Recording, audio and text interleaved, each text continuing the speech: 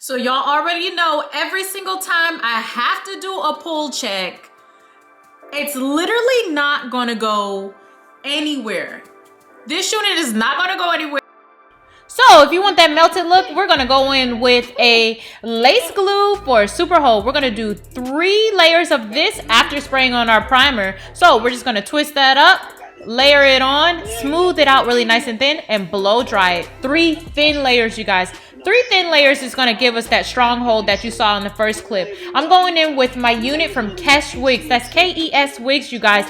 This unit has a beautiful 13 by 4 lace frontal HD lace, so it melts. And I've already showed you how to bleach and tint the knot. So if you haven't watched it already, make sure you give it a watch. And the next few, I'm going to be showing you how to style it. And I'm telling you guys, it comes out so nice. You need to snatch up this natural straight unit from Kes Wigs. Look at how pretty that comes out. Gorgeous.